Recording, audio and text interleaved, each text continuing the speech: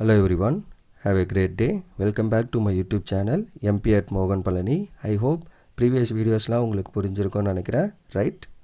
இதில் நம்ம chapter 1ஓட miscellaneous examples வந்து பார்க்க போகிறோம், ரைட்? ஸோ அதில் நமக்கு எக்ஸாம்பிள் 18லேருந்து ஸ்டார்ட் ஆகுது. ஸோ அதில் எவ்வளோ முடியுதோ அதை இன்றைக்கி வீடியோவில் அண்ட் தென் அப்கமிங் வீடியோஸில் இந்த miscellaneous example and exercise complete பண்ணுவோம் சாப்டர் 1ல் அண்டர் ரிலேஷன் அண்ட் ஃபங்க்ஷன்லேருந்து. ஓகே, ஸோ இப்போ எக்ஸாம்பிள் 18 என்ன அப்படின்னு பாருங்கள்.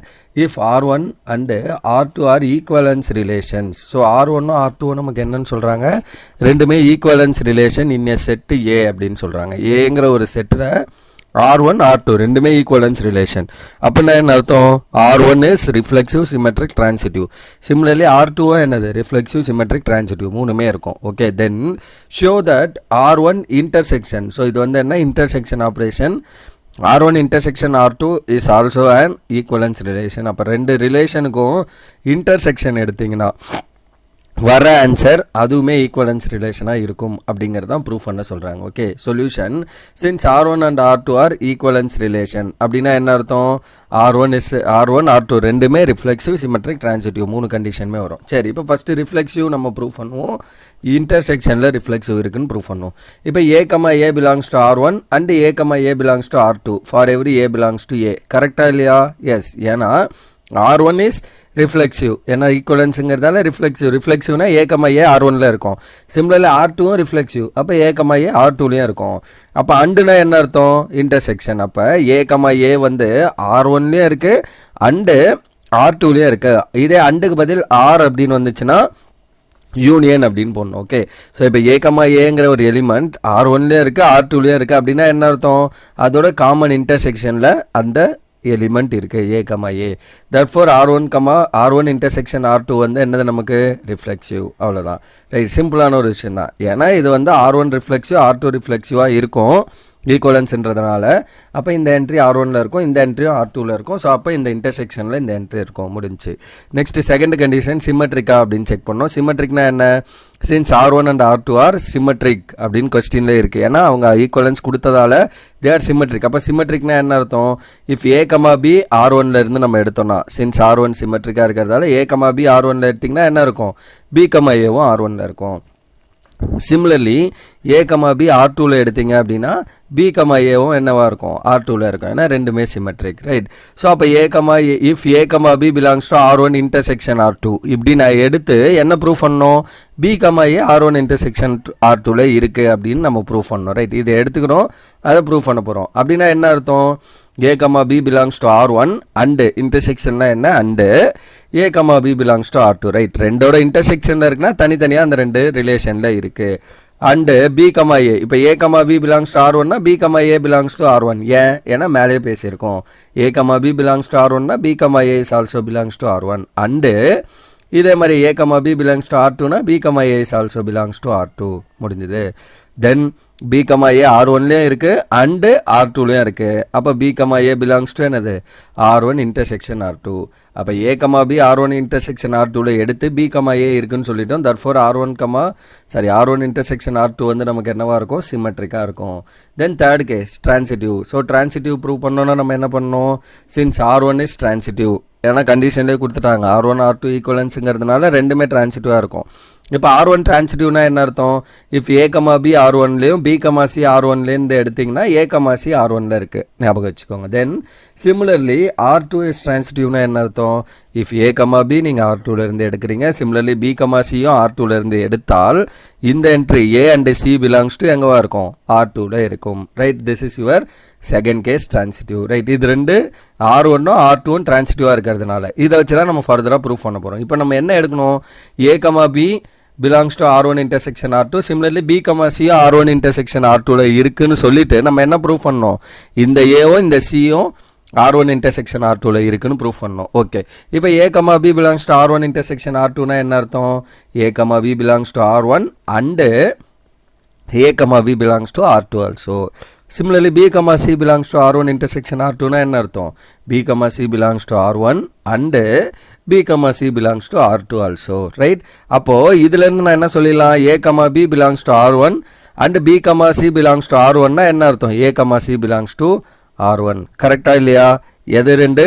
So A, B belongs to R1, B, C belongs to R1. இது ரெண்டும் இருக்குன்னா அப்போ நமக்கு என்ன வரும்? A, C belongs to R1. அதுதான் நம்ம இங்கே மேலே பேசியிருக்கோம். இங்கே பாருங்கள், A, B R1ல இருக்குது, B, C R1ல இருக்குன்னா A, Cயும் R1ல இருக்கும். அதுதான் நம்ம மேலே பேசியிருந்தோம். அப்போ இது ரெண்டும் R1ல இருக்கிறதுனால A, C belongs to R1. Right. Next என்ன? சிமிலர்லி இப்போ A, B belongs to R2. Similarly B, C belongs to R2னா என்ன சொல்லிடலாம்? A, C belongs to R2ன்னு சொல்லிடலாம். அப்போ A, C R1லேயும் இருக்குது அண்டு R2லேயும் இருக்குது. அப்போ A, C belongs to என்னது? R1 intersection R2. therefore R1 intersection R2 is transitive. அப்போ எல்லாமே வந்துச்சு. ரிஃப்ளெக்சிவாகவும் இருக்கும், சிமெட்ரிக்காகவும் இருக்கும், டிரான்சிட்டிவாக இருக்கும். hence R1 intersection R2 is an equivalence relation. Right. இந்த மாதிரி கொஸ்டின்லாம் நமக்கு கொஞ்சம் இம்பார்ட்டன்ட் தான். இன்டர்செக்ஷன், யூனியன் இந்த மாதிரிலாம் கேட்கறதுக்கான சான்சஸ் இருக்குது. That's all for question number 18. Then example 19 என்னன்னு பாருங்கள். So example 19, let R be the relation on the set A of ordered pairs of positive integer. So ordered pair of positive இன்டிஜர்னா என்ன அர்த்தம்? So ஏங்கிற set வந்து collection of all ordered pairs. So இப்போ for example set of all A, B இதை தான் நம்ம ordered பேர்னு பேசியிருப்போம். ரைட். கார்டீசியன் ப்ராடக்ட் பேசுகிறப்ப இதை பேசியிருப்போம். சச் தட் இந்த ஏவும் பியும் வந்து என்னது? இன்டிஜர்ஸ், நாட் ஒன்லி இன்டிஜர், அது வந்து என்னது? Positive integer. இசட் ப்ளஸ் அப்படின்லாம் இப்படி கொடுப்பாங்க. அப்படின்லாம் positive integer is nothing but என்னது? நேச்சுரல் நம்பர் கூட நம்ம எடுத்துக்கலாம். Right. Set of all natural number A, B. So இதுதான் உங்களோட செட்டு ஏ. ஓகே. ஆர்டர்டு பேர்னா இதான் விஷயம். அந்த ஆரை எப்படி டிஃபைன் பண்ணுறாங்க அப்படின்னா, ஆர்லேருந்து 2 element X, Y and U, Vன்னு 2 element எடுக்கிறீங்க அப்படின்னா இஃப் அண்ட் ஒன்லி இஃப் அப்படின்னா இது இருந்தால் அதுவும் ட்ரூ, அது இருந்தால் இதுவும் ட்ரூ. ரைட்.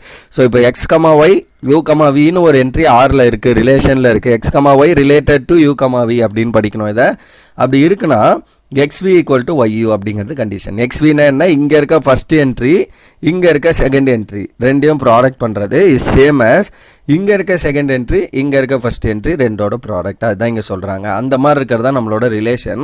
தென் இதில் என்ன சொல்கிறாங்க அப்படின்னா, show that R is an equivalence relation. So அப்போ அவங்களே ஷோ தட்டுன்னு சொன்னதால டெஃபினட்டாக இது வந்து என்னது? ட்ரூ. ரைட். சரி, சொல்யூஷன் போடுவோம். So given X, Y related to U, V if and only இஃப்க்கு இந்த மாதிரி ஆரோ நோட்டேஷன் கொடுப்போம். ஸோ இது இருந்தால் இதுவும் ட்ரூ, இது இருந்தால் இதுவும் ட்ரூங்கிறது தான் இந்த இஃப் அண்ட் ஒன்லி இஃபோட நோட்டேஷன். XV ஈக்குவல் டு YUங்கிறது கொஸ்டினில் கொடுத்துட்டாங்க. அப்படின்னா என்ன அர்த்தம்? If X, Y belongs to R and U, V belongs to R இருக்குது அப்படின்னா இஃப் அண்ட் ஒன்லி இஃப் இந்த கண்டிஷன், அதாவது இங்கே இருக்க ஃபர்ஸ்ட் என்ட்ரியும் இங்கே இருக்க செகண்ட் என்ட்ரியும் இஸ் சேம் as இது ரெண்டோட ப்ராடக்ட், செகண்ட் அண்ட் ஃபர்ஸ்ட் என்ட்ரியோட ப்ராடக்ட் அப்படிங்கிறத உங்களோட ரிலேஷன். இது ரிஃப்ளெக்சிவா அப்படின்னு பார்த்தீங்கன்னா கிளியர்லி ரிஃப்ளெக்சிவாக இருக்கும். ஏன் இது ரிஃப்ளெக்சிவ்?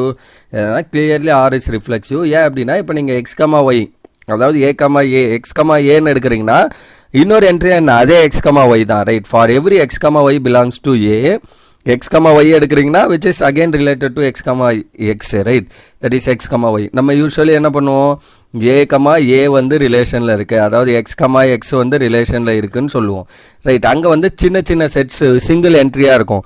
பட் இங்கே நம்ம எடுக்கிற என்ட்ரிஸே ஆர்டர்டு பேர்ஸ். ரைட். அப்போ ஆர்டர்டு பேர்ஸ்னால் it is of the form X, Y தான். அப்போ X, Yன்னு ஒரு நம்பர் எடுக்கிறீங்கன்னா அகைன் அதுவுமே இன்னொரு நம்பரும் என்ன? X, Y is related to X, Y அப்படிங்கிறது தான் நம்ம கண்டிஷன். ஓகே. ஸோ அப்போ X, Y related to X, Yனா என்ன கண்டிஷன்?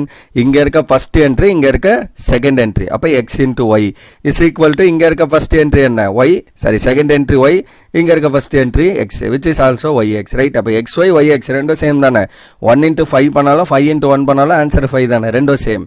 therefore R is என்னது? ரிஃப்ளெக்சிவ் வந்துடுச்சு. முடிஞ்சது. Reflexive over. தென் சிமெட்ரிக்கா அப்படின்னு செக் பண்ணோம். சிமெட்ரிக்னா என்ன கண்டிஷன் நமக்கு? If X, Y belongs to XY UV related இருக்குது அப்படின்னா நம்ம என்ன பண்ணோம்? UV XY ரிலேட்டடாக இருக்குது அப்படின்னு சொல்லணும். அதான் X, Y related to U, Vனா U, V related to X, Yன்னு ப்ரூவ் பண்ணிங்கன்னா முடிஞ்சு. அப்போ இப்படி ரிலேஷனில் எடுத்திங்கன்னா என்ன அர்த்தம்? X, Y related to U, Vனா இங்கே இருக்க ஃபர்ஸ்ட் என்ட்ரி, இங்கே இருக்க செகண்ட் என்ட்ரியோட ப்ராடக்ட் இஸ் ஈக்குவல் டு இங்கே இருக்க செகண்ட் என்ட்ரி, இங்கே இருக்க ஃபர்ஸ்ட் என்ட்ரியோட ப்ராடக்ட். அப்போ XV ஈக்குவல் டு YV. இதை நான் என்ன பண்ணிக்கலாம்? இடம் மாற்றி கூட எழுதிக்கலாம்ல. ரெண்டும் சேம் தானே. Left hand side equal to right hand சைடுனா right hand side is also equal to left hand சைடுன்னு எழுதிக்கலாம். கரெக்டாக? அப்போ Y ஈக்குவல் டு திஸ். இது ரெண்டுத்தையும் நான் இடம் ப்ராடக்ட் மாற்றிக்கலாம். 2 into 5 is same as 5 into 2. Right. அப்போ நான் இது ரெண்டுத்தையும் இடம் மாற்றி எழுதிக்கிறேன். UY ஈக்குவல் டு VX அப்படின்னு மாற்றி எழுதிக்கலாம். Right.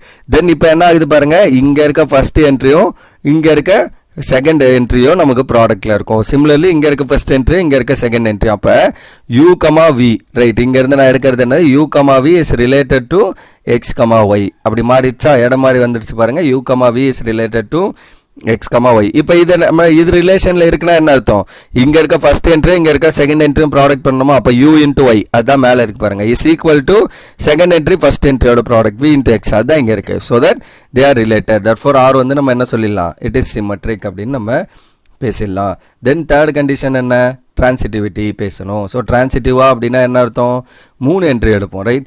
If x, y related to u, v and u, v is related to a, b. அதாவது x, a, right, a, b, b, cங்கிறதா இப்படி பேசுகிறோம். நமக்கு ஏபியில் இங்கே ஆர்டர்டு பேருங்கிறதால பாயிண்ட்ஸ் மாதிரி x, y, u, v இந்த மாதிரி ஃபார்மில் இருக்கும். இப்போ x, yயும் u, vயும் ரிலேட்டட், u, vயும் சம் அதர் என்ட்ரி a, bயும் ரிலேட்டட்னா அப்போ நம்ம என்ன ப்ரூவ் பண்ணோம், இது ஏபி, இது பிசி, ரைட். அப்போ நான் என்ன ப்ரூவ் பண்ணோம், ஏவும் சியும் ஈக்குவல்னு சொல்லணும். அதாவது X, Y is related to A, பின்னு சொல்லணும். அதுதான் கண்டிஷன். ஓகே, இப்போ சொல்லுவோம். இப்போ இந்த ஃபர்ஸ்ட் ஒன் என்ன, இது ரெண்டும் ரிலேட்டட்னா இங்கே இருக்க ஃபர்ஸ்ட் என்ட்ரி, இங்கே இருக்க second entry equal, product is equal to இங்கே இருக்க second entry first entry Y U. Similarly இங்கே இருக்க என்ட்ரி என்ன, U into B, right, which is equal to V into A. இது நமக்கு கொடுத்துருக்காங்க.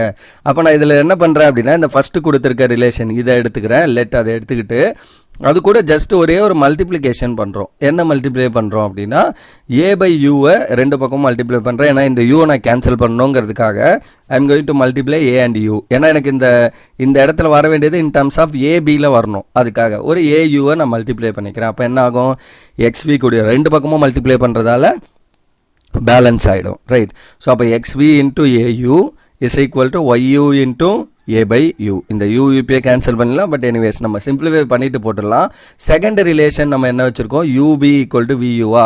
ஸோ அப்போ இதுல இருந்து a by u, இங்கே நம்ம a by u கண்டுபிடிச்சி மேலே வச்சிருக்கோமா, அதோட வேல்யூ நான் கண்டுபிடிக்கிறதுக்காக என்ன பண்ணுறேன் அப்படின்னா, ub ஈக்குவல் டு vu இருக்கா, இதுல இருந்து a by u கொண்டு வரப்போம். அப்போ இந்த u எங்கேயும் v எங்கேயும் டிவைட் பண்ணிங்கன்னா வில் கெட் என்ன, b by v equal to a by u. அப்போ லெஃப்ட் சைடில் இருக்க இந்த a by uக்கு பதில் b by vன்னு மாற்றிக்கிறேன். ஏன்னா எனக்கு a b வேணும். அப்போ ரெண்டு பக்கமும் a தான் இருக்குது. அதை நான் கேன்சல் பண்ணுறதுக்காக என்ன பண்ணுறேன், இந்த a by uக்கு பதில் b by vன்னு சேஞ்ச் பண்ணிக்கிறேன். அப்போ b by v which is equal to yu into a by u. தென் இந்த v கேன்சல் பண்ணிக்கலாம். So that you are remind with xb.